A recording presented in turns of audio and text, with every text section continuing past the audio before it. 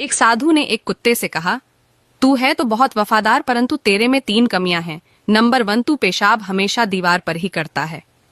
Number 2, तू भिखारी को देखकर बिना बात के ही भौंकता है। नंबर 3, तू रात को भौंक भौंक कर लोगों के नींद खराब करता है।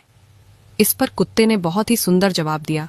कुत्ता बोला, साधु सुन, जमीन पर पेशाब इसलिए नहीं करता कहीं किसी ने वहां बैठकर पूजा की हो।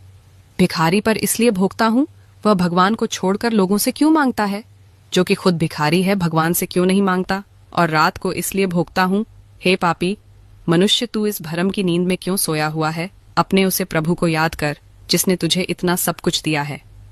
आपको यह कहानी कैसी लगी कमेंट में जरूर बताएं और साथ